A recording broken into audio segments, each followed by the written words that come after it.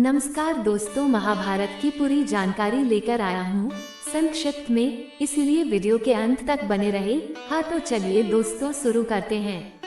महाभारत की कहानी महर्षि पराशर के प्रसिद्ध पुत्र वेद व्यास की देन है। व्यास जी ने महाभारत की यह कथा पहले अपने पुत्र शुकदेव को कंठस्थ कराई थी और बाद में अपने अन्य शिष्यों को। महाभारत की कथा महर्षि वैशंपायन के माध्यम से मानव जाति में फैली। वैशंपायन व्यास जी के प्रमुख शिष्य थे। मान्यता है कि महाराजा परीक्षित के पुत्र जन्मेजय ने एक बड़ा यज्ञ किया था। इस महायज्ञ में प्रसिद्ध पौराणिक सूत जी भी उपस्थित थे। सूत जी ने सभी ऋषियों की एक बैठक बुलाई। महर्षि शौनक इस सभा के अध्यक्ष बने। सूत जी ने ऋषियों की सभा में महाभारत की कथा प्रारंभ करते हुए बताया कि महाराज शांतनु के बाद उनके पुत्र चित्रांगद हस्तिनापुर की गद्दी पर बैठे। उनकी अकाल मृत्यु के बाद उनके भाई विचित्रवीर्य राजा बने। उनके दो पुत्र थे, धृतराष्ट्र और पांडु। बड़े पुत्र धृतराष्ट्र जन्म से ही अंधे थे, इसलिए उस समय की नीति के अनुसार पांडु को राजगद्दी पर बिठाया गया। पांडु ने कई वर्षों तक शासन किया। उनकी दो रानियां थीं, कुंती और माद्री। कुछ समय तक शासन करने के बाद पांडु अपने कुछ अपराधों का प्रायश्चित करने हेतु वन में तपस्या करने चले गए। उनकी दोनों रानियां भी उनके साथ गईं। वनवास के दौरान कुंती और माद्री ने 5 पांडवों को जन्म दिया। कुछ समय बाद पांडु की मृत्यु हो गई। 5 अनाथ बच्चों का पालन पोषण और शिक्षा जंगल के ऋषि मुनियों ने की। जब युधिष्ठिर 16 वर्ष के हुए तो ऋषियों ने 5 कुमारों को हस्तिनापुर ले जाकर पितामह भीष्म को सौंप दिया।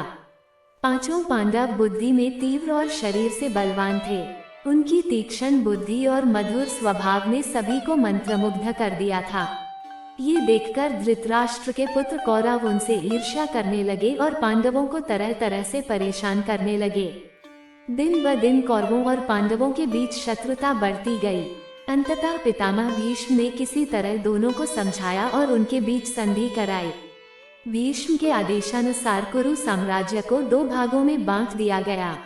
कौरवों ने हस्तिनापुर में शासन करना जारी रखा और पांडवों को एक अलग राज्य दिया गया, जो बाद में इंद्रप्रस्थ के नाम से प्रसिद्ध हुआ। इस प्रकार कुछ दिनों तक शांति रही। उन दिनों राजाओं के बीच चौसा खेलना एक आम रिवाज था। राज्य तक पर दांव लगाए गए। इसी प्रथा के अनुसार एक बार पांडवों और कौरवों ने चौपड़ खेला। शकुनी ने कौरवों की ओर से कुटिल भूमिका निभाई। उसने युधिष्ठिर को हरा दिया। परिणाम स्वरूप पांडवों को अपना राज्य खोना पड़ा और उन्हें 13 वर्षों के लिए वनवास भुगतना पड़ा। इसमें एक शर्त ये भी थी कि 12 वर्ष के वनवास के बाद 1 वर्ष तक गुप्त रहना होगा। इसके बाद उनका राज्य उन्हें वापस कर दिया जाएगा। द्रौपदी सहित 5 पांडव 12 वर्ष वनवास और 1 वर्ष वनवास बिताने के बाद लौट आए, लेकिन लालची दुर्योधन ने उनका लिया हुआ राज्य वापस करने से इनकार कर दिया। इसलिए पांडवों को अपने राज्य के लिए युद्ध करना पड़ा। युद्ध में सभी कौरव मारे गए। फिर पांडव उस विशाल साम्राज्य के स्वामी बन गए।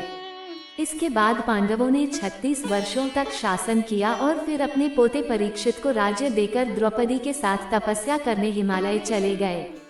दोस्तों, जानकारी अच्छी लगी है तो चैनल को लाइक, सब्सक्राइब जरूर करें। धन्यवाद।